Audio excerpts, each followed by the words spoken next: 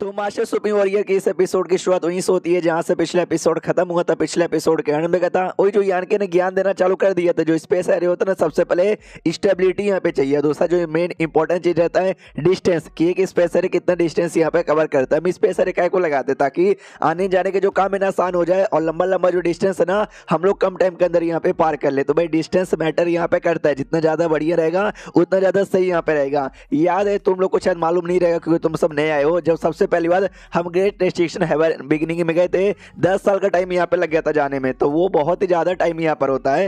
हाँ, तो हमको उस टाइम को कम करना है। हमको टोटल समझो भाई 2 ईयर यहाँ पे तैयार करना है। एक जो हमारे हाईवे सेट को है ना नो रिटर्न पास के पास यहाँ पे कनेक्ट करेगा, और दूसरा जो नो रिटर्न पास है ना उसको ग्रेट हेवनली रेस्ट्रिक्शन बिगिनिंग के पास यहाँ पे कनेक्ट कर देगा, ताकि हमारा पूरा टीम है ना आपस में कनेक्टेड रहे, एक दूसरे को सपोर्ट मैसेज और सारी चीजें ना आराम से यहाँ पे भेज सके। तो यही सारी ज्ञान की बातें थी जो मैंने यहाँ पे बता दिया। अगला डायरेक्ट मैं तुमको काम यहाँ पे देना चाहता हूँ कि बनाओ एक स्पेस एरे। जो स्पेस एरे ना एटलीस्ट एक जो टेरिटरी होता है ना डायरेक्ट पूरे एक टेरिटरी को कनेक्ट यहाँ पे कर दे, इतना तो बड़ा होना चाहिए।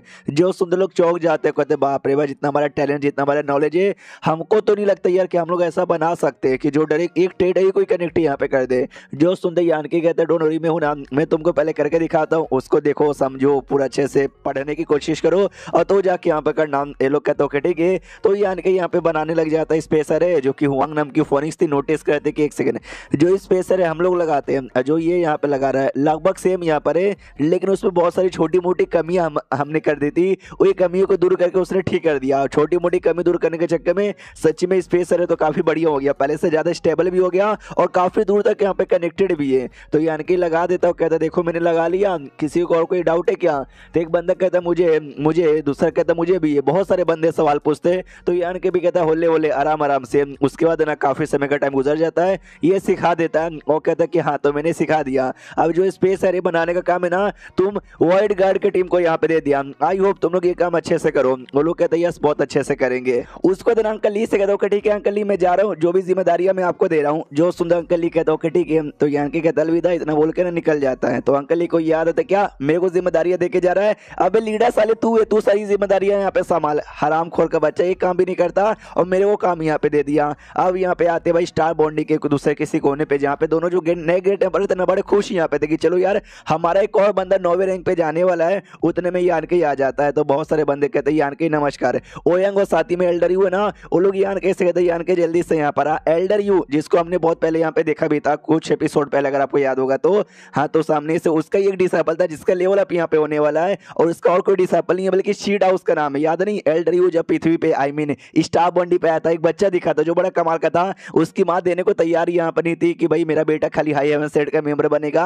हाँ, तो यही बच्चा यहाँ पर है, वो अब डायरेक्ट ना 9वें रैंक पे यहाँ पे जाने वाला है। और ऐसा कह सकते हो नए जनरेशन का ना वो पहला बच्चा यहाँ पे था, क्योंकि जैसे वर्ल्ड ट्री लगा था ना, वर्ल्ड ट्री लगने के बाद वो सबसे पहला लौंडा है जो डायरेक्ट 7वें रैंक पे यहाँ पे गया था। यानी ये बच्चा जो नया जनरेशन है जो कि यान के बाद आया था उसमें से सबसे पहला माना जाता है। हाँ, तो ही सामने से बड़ा खुश था उसका मास्टर यू। यान के भी कहते हैं कि वो यार आपका डिसाइपल का लेवल अप होने वाला है, बधाई हो आपको। ओयंग भी कहते हैं यस इस बच्चे का जो फाउंडेशन है ना बहुत ही बढ़िया है। यान के भी कहता है 1000 साल का टाइम गुजर गया तब से लेकर अभी तक का, लगता है कि कल की बात है जब 7वें रैंक पे यहाँ पे गया था। तो सामने से भाई ये भी बड़ा खुश था कि भाई मेरा डिसाइपल है ना भाई बाकी सबसे लाख गुना ज्यादा बढ़िया है, सुपर फाउंडेशन उसका है। यान के भी कहता है जिसका फाउंडेशन जितना ज्यादा स्ट्रॉन्ग रहता है उसका लेवल अप में उतनी भी आसानी होती है, यानी इसको कोई दिक्कत नहीं होगा, लेवल अप में आसानी से 9वें रैंक पे चल जाएगा। तभी एल्डर यू कहते सुनो यार हर बंदे को अपने डिसाइपल के बारे में परवाह होती है, उसके फाउंडेशन के बारे में परवाह होती है, जो मैं बस परवाह यहाँ पे किए जा रहा हूँ। क्यों तुझे अपने तीनों डिसाइपल के बारे में परवाह नहीं है क्या? जो सुनते यान के भी कहते हैं कि नहीं है यार मुझे तो अपने तीनों डिसाइपल के बारे में बहुत ही परवाह है,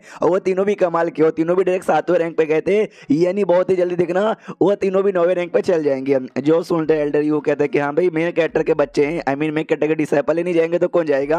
और तभी ओयंग कहते तेरे 3 डिसाइपल ना ग्रेट हेवनली रेस्ट्रिक्शन बिगिनिंग वहां पर है ना। जो सुनते यान के भी कहते यस वहीं पर है, और वो जगह यहाँ से कितना दूर है यार? और जो वर्ल्ड ट्री पहले था ना वर्ल्ड ट्री द्वारा मैं आराम से कुछ ही सेकंड में चल जाता था, लेकिन वर्ल्ड ट्री अभी डीप स्लीप में जा चुका था, उनके साथ कांटेक्ट करना लगभग नामुमकिन है, तो मैं जाके चेक नहीं किया हूँ। आई डोंट नो वहाँ पे क्या हालत होगी। ओयंग कहते हैं कि हालत तो अभी लेने के चक्कर में हर जगह बुरी है, तो वहाँ पे भी बुरी होगी। जहाँ तक कि मुझे मालूम है ये शीडा और साथ ही में वो जो तुम्हारे तीनों डिसाइपल थे एक ही साथ उन्होंने कल्टीवेशन चालू किया था, यानी हो सकता है, या फिर मैं लिख के यहाँ पे कहता हूँ वो तीनों का भी बहुत बोले तो बहुत ही जल्दी 9वें रैंक पे लेवल अप हो जाएगा। यान का भी कहता है कि शायद हो सकता है कि 2-4 साल बाद उनका भी यहाँ पे हो जाए। उतने में क्या बोलते हैं भाई इसको, ये कहता है एल्डर यू कि भाई ऐसा बात नहीं है कि मैं तेरी बेइज्जती मार रहा हूँ या तेरी लेना चाहता हूँ या तेरे को गंदी गंदी बातें बोल रहा हूँ, बस ये कहना चाहता हूँ कि भाई तू थोड़ा सा बहन का घोड़ा है क्या? अपने तीनों डिसाइपल के बारे में तो सच्ची में परवाह यहाँ पे नहीं करता। जो सुंदर यान के कहता कि नहीं ऐसी कोई बात नहीं कि मैं उनके बारे में परवाह नहीं करता, क्या ना मैं बिजी रहता हूँ कभी यहाँ कभी वहाँ, तो डिसाइपल पे परवाह करने का टाइम ही नहीं मिलता। ये लोग कहते हैं हाँ तो इंसानों के लिए कभी यहाँ कभी वहाँ रहता है, तेरी बात हम समझ सकते हैं। उतने में जो शीडा है ना उसका लेवल अप का रिएक्शन होने लग जाता है, तो यंग भी कहते देखो हो रहा है। सुनो सारे बंदे लोग जो भी जा सकते या फिर नहीं जा सकते देख लो, हमारे के और पैराडाइज को मिलाकर ढेर सारा नोवे रैंक पे जाने का तरीका यहाँ पर है, लेकिन जो शीडा यहाँ पे यूज करे ना वो सबसे बेसिक और सबसे कॉमन यहाँ पर है, जिसका कोई ऐसा बुरा नुकसान या साइड इफेक्ट नहीं है, बस टाइम ज्यादा लग जाता है लेकिन हो जाएगा। आई होप तुम सब देख कुछ को समझो, तो सब लोग कहते हैं समझेंगे। यान के कहते हैं आपने क्या बोला कि हेवन और पैराडाइज के पास ढेर सारे तरीका है नोवे रैंक पे जाने का, आपने तो कभी बोला भी नहीं। वो भी कहता है कि है बहुत सारा यहाँ पर है, तुझे क्या पता कि हेवन और पैराडाइज ने इतने सालों के अंदर कितनी बड़ी बड़ी कमाल कमाल की बातें इकट्ठा कर ली है।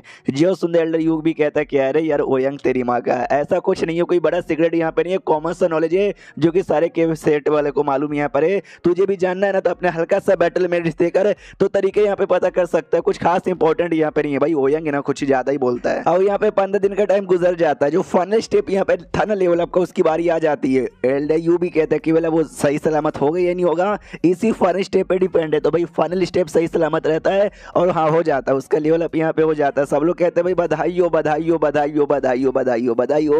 अब आते भाई यहाँ पे वही बता दिया जाता है कि भाई पहले जनरेशन का नए जनरेशन का सबसे पहला बंदा 9वें रैंक पे जा चुका है, तो भाई सारे इंसानों के बीच में खुशी की एक नई उमंग यहाँ पे आ चुकी है। अब यहाँ पे आता है यान के क्यों जो कि आराम से बैठा हुआ है, मनी मन सोचता है मुझे कई 100 साल हो गए 9वें रैंक पे जाते हुए, लेकिन जो 9वें रैंक की लिमिट एकदम पीक लेवल है ना उस पर जाने के लिए भी मुझे अभी कई हजार साल का टाइम यहाँ पे लग जाएगा। उसके लिए आराम से बैठ के कल्टीवेशन करना पड़ेगा, लेकिन इंक्लैन तो भाई कभी भी बैठ के आराम से कल्टीवेशन करने नहीं देगी, लगे रहेंगे तो हमको भी लगे रहना पड़ेगा। बाकी लोग को भी सेम हालत है, लेकिन मैं स्टार बॉन्डिंग का ग्रेट टेम्परर अभी भी हूँ, तो स्टार बॉन्डिंग की जो पावर है ना वो मैं यूज कर सकता हूँ ओवरऑल अपनी पावर यहाँ पे बढ़ाने के लिए, जैसे बाकी ग्रेट टेम्परर यहाँ पे करते हैं। हाँ तो मुझे उसी पे ध्यान देना चाहिए। हाँ तो वर्ल्ड की पावर यूज करने लग जाता है, स्टार बॉन्डिंग की पावर यूज करने लग जाता है अपना पावर इंप्रूव करने के लिए, जिसके चक्कर में जो पूरा स्टार बॉन्डी है ना पूरे स्टार बॉन्डी में रिएक्शन होता है, जो रिएक्शन बाकी ग्रेट टेम्परर भी महसूस करते हैं। तो आई एम रेड कहता है पक्का ये यान का ही होगा, तो फ्लावर शेडो कहती है अच्छा यान का ही है क्या? अरे वो है तो भाई टेंशन नहीं, कोई बात नहीं है, कोई नुकसान नहीं होगा, चलो अपने काम पे ध्यान दो। और ये चैप्टर यहीं पे खत्म हो जाता है। तो मिलते हैं किसी और वीडियो में, जब तक के लिए बाय बाय।